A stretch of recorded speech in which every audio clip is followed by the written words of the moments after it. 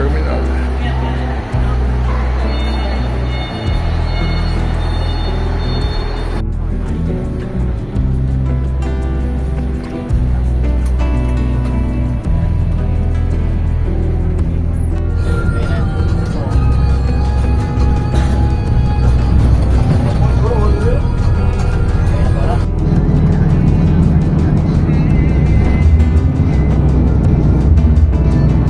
Good morning mga ka-senior. It's 3:38 in the morning and dito tayo sa Davao, but today we will be traveling from Davao all the way to Lake Cebu. So samahan niyo po as we take a bus from Davao to Coronadal and whatever transportation from Coronadal to Lake Cebu. This is another epic adventure tulad ng ginawa natin the last few days wherein we traveled from PITX to Davao by bus, 48 hours yun. And now I don't know how many hours it will take us to reach from Davao to Lake Cebu via Coronadal. Tara na! Let's go na! This is another epic adventure!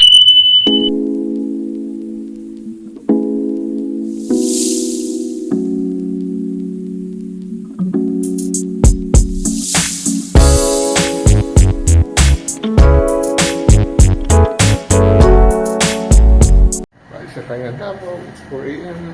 Dito tayo next day. Next day sa Mexico. Ito yung rate nila. We were able to get a room for instead of $350 for 12 hours with senior discount, it's 300 lang 12 hours. Katapat lang siya ng this is Mexico, katapat siya ng Dimorbi. Now let's go for some breakfast. Ganda pala ng Davao pag ganitong oras. So wala nang kable. So malapit lang naman ng Jollibee o McDo, whatever is available. So now, hanap tayo ng pwedeng kainan.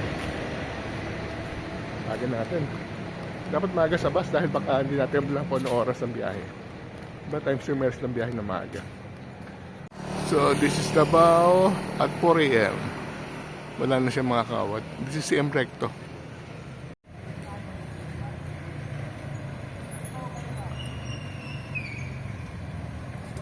Then kanan tayo dito. Dito yung mga Jollibee tsaka Magkato. Magkatapat lang naman siya. So dito tayo ho ng exploring Davao at 4 a.m. Ay ganyan. Kahit na short exploration lang. Lakad-lakad tayo. And then kasi papunta na tayo ng Coronadal after this. It's like parehong bukas ang Jollibee at saka McDo magkatapat 24 hours. Maybe McDo. Ito tayo nag-Jollibee tayo kahapon.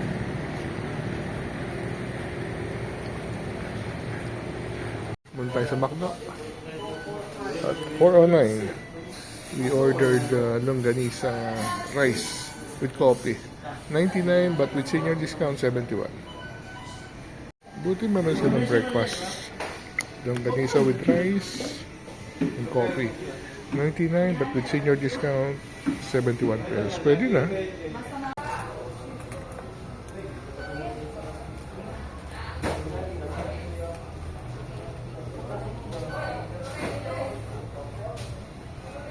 So breakfast at McDo done. So now maybe magta-taxi tayo, di natin kabisado yung tricycle dito. Let's get a taxi to take us to Ecoland. Ang kampanya ng gobyerno sa mas mabilis at maayos na serbisyo. Inaatasan naman ng Anti-Red Tape Authority o ARTA na pangunahan ng taunang pagdiriwang at magagawain kaugnay ng DOT Binansa. Hinihikayat dito mga pribadong sektor at non-government organization na sumuporta at makiisa sa mga inisyatibo ng Dito ang din secretary dapat active ka din na parang nasa 20s lang. So arrive dito sa Ecoland, yung taxi natin, papasok tayo. Entrance. Ecoland yung central bus terminal dito sa Davao. Nandito lahat ng biyahe. So dito na tayo, hanap tayo ng biyahe ng Coronadal. All 44. Bus terminal.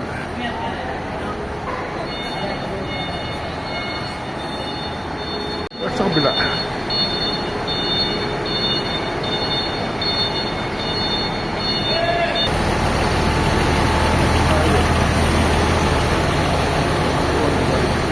Maganda eh.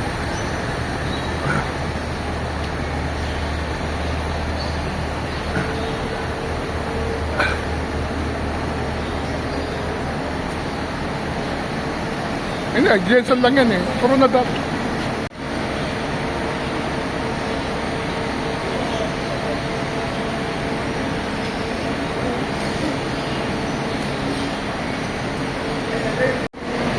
Yeah.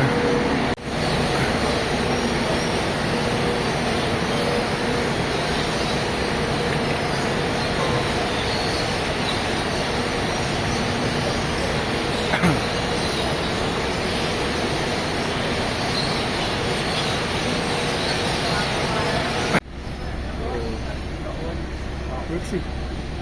The rest may stop over there sa Jensen and then maybe transfer. We'll see later.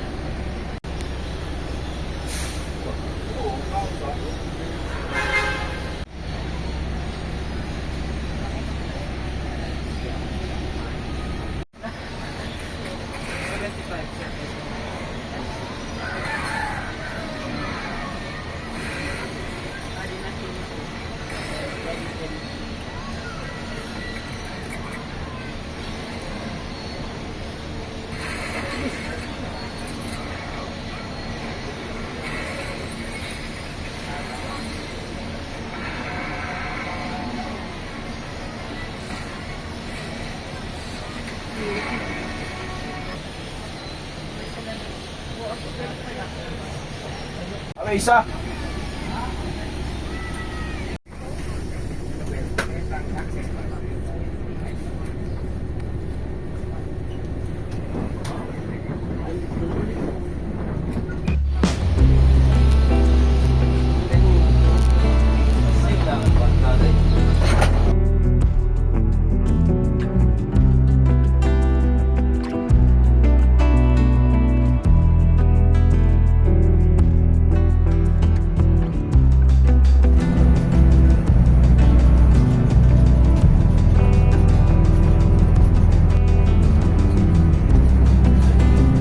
Yung ticket, hanggang Jensen muna.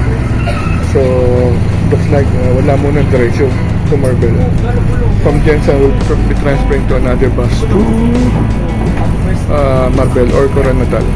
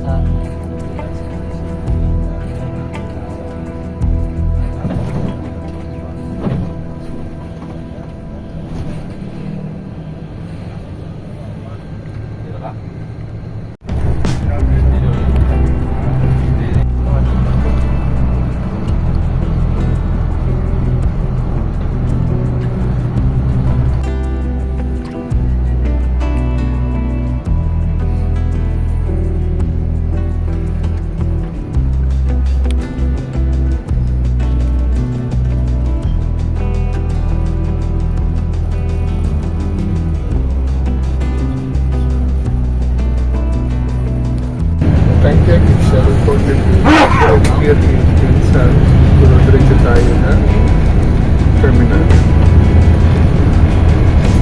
Almost 3 hours na yung biyahe. Tama ako. Pasensya.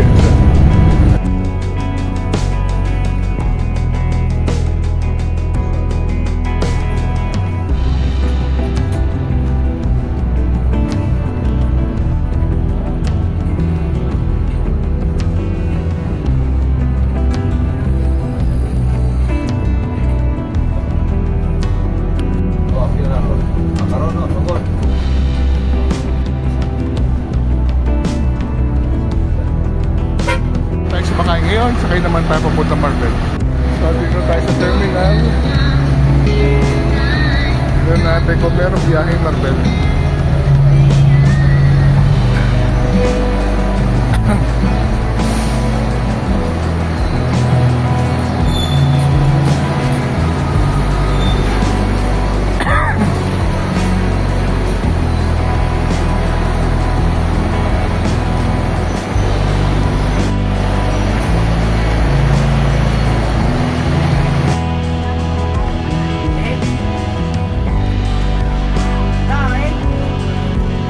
Dito 8, departing from Quezon.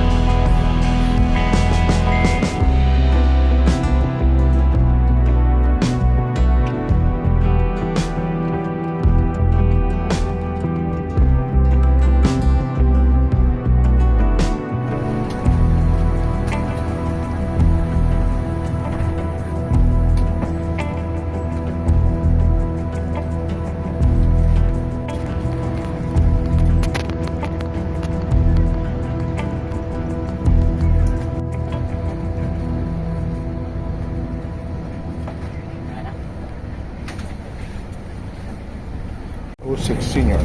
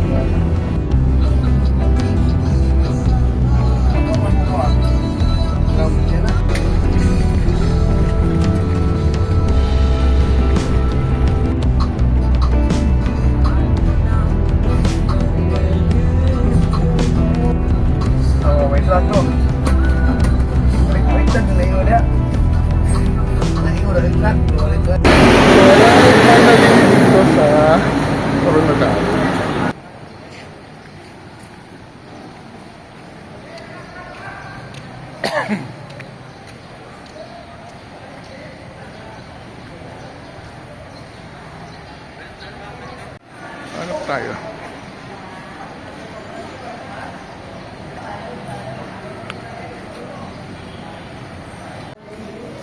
Buti pala dito, fixed na yung mga rates.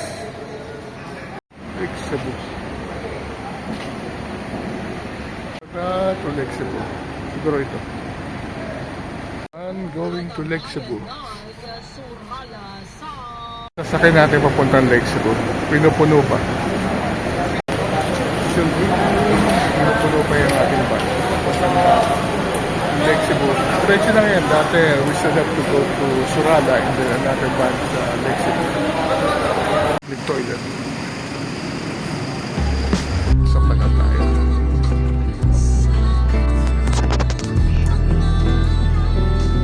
Puro check up natin. Kainin along the way. 25 itlog, 20 pesos a month. Sa mga farm.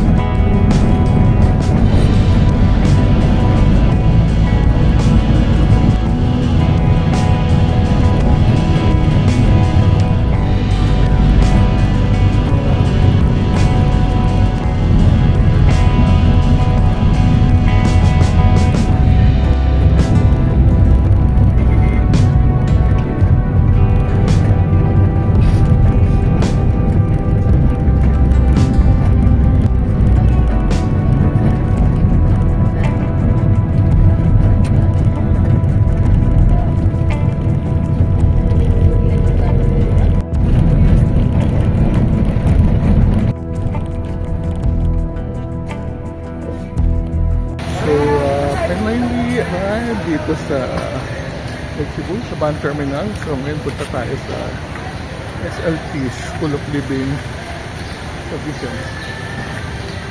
Elevation check 680 at ito yung van terminal. Ito marami na yung van. At yung sa kanan na yan, yung palengke. Pero hanap tayo ng pwedeng kainin. Ito yung malapit sa palengke. Pero kaya muna tayo. Bagang baka. Yan Ayan. Sige, sige. Marami sabaw yan, ha? Sige. Ayun. Isa-isa. Ayun, eh. Wow.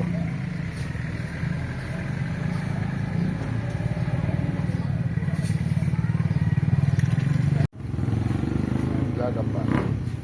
Pagpakwa. Kain tayo. Ito na kami sa 50 pesos, okay. Sarap. Sao.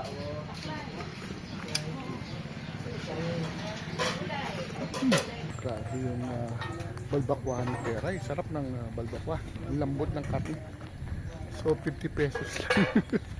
And then rice 10 pesos. And then soft drinks 20 pesos. So, technically 80 pesos. Nakakain ka ng sarap na pagkain. So, napunta na tayo sa SLT. So, finally, nandito na tayo sa Lake Cebu. Medyo maging mahaba yung biyahe natin dahil nanggaling pa tayo sa Davao. Actually, nanggaling pa tayo sa Manila. So, from Manila, we took a 48-hour bus trip from PITX to Davao. And from Davao, doon nag-start ng ating journey papunta dito sa Lake Cebu. So, we woke up very early, I think before 3 a.m. We checked in at one of the inexpensive lodging places doon sa Davao. And then by 4 a.m. nag-check out na tayo. And then dahil malapit lang yung mga fast food 24 hours tinutuluyan natin, nag-breakfast tayo maaga sa may McDonald's. So after breakfast, nagpapara tayo ng taxi that took us to Ecolan Transport Terminal. So upon arrival in Ecolan, so naghanap tayo ng bus that will go directly to Marbel. Tawag nila sa Coronadal still Marbel. But unfortunately, according sa mga bus operators na nandun, wala pang direct to Marbel. So we were advised to take a bus from Davao to General Santos. So we took I think a Mindanao Express bus from Davao to General Santos. Ang fare is 273 dahil may senior discount, but ang regular fare is 340. So maganda yung naging biyahe natin dahil mabilis naman yung bus at wala siyang stop. It took us about 3 hours to finally reach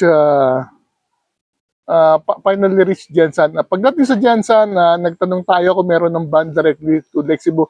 Ang sabi sa atin ng bus conductor, better take the van from Coronadal. So what we did was we took another bus from General Santos to Coronadal. It took fare is 106 pesos, siguro mga 140 pag regular fare. And it took us about 1 hour and 30 minutes to reach Coronadal. Pagdating sa Coronadal, diretso tayo sa pinaka central terminal kung nasaan yung mga buses at mga van. So naghanap tayo ng mga vans going to Lake Cebu. Nakita naman tayo kaso kukunti pala yung pasahero. So pinupuno pala yun. So naghintay tayo siguro mga 30 minutes bago napuno yung van. Ang pamasahe is 100 pesos. Again, may discount for senior. 80 pesos lang. And yun na sinakay natin. So the van left at around 11 o'clock and today around 11:50 dumating na tayo dito sa Lake Cebu. So nandito tayo sa mga pinaka-terminal nila sa malapit sa palengke. Familiar with this place dahil maraming beses ako nagpunta dito. Meron ng malaking terminal pa lang at saka ngayon pala diretso na from Coronadal to Lake Cebu. Dati I have to take another jeep from Surala to get to Lake Cebu. Pero ngayon nandito na. So I guess it's been a very long journey at ngayon siguro punta na tayo sa School of Living Tradition kung saan tayo tumawag para magstay. At doon tayo magstay for about 2 days at enjoy natin at explore natin ang Lake Cebu. With that, maraming salamat at sinamahan niyo ulit ako sa ating biyahe. Biyahe from Davao to Gensan to Corodan and finally to Lake Cebu. Travel while you can until our next vlog. See you soon.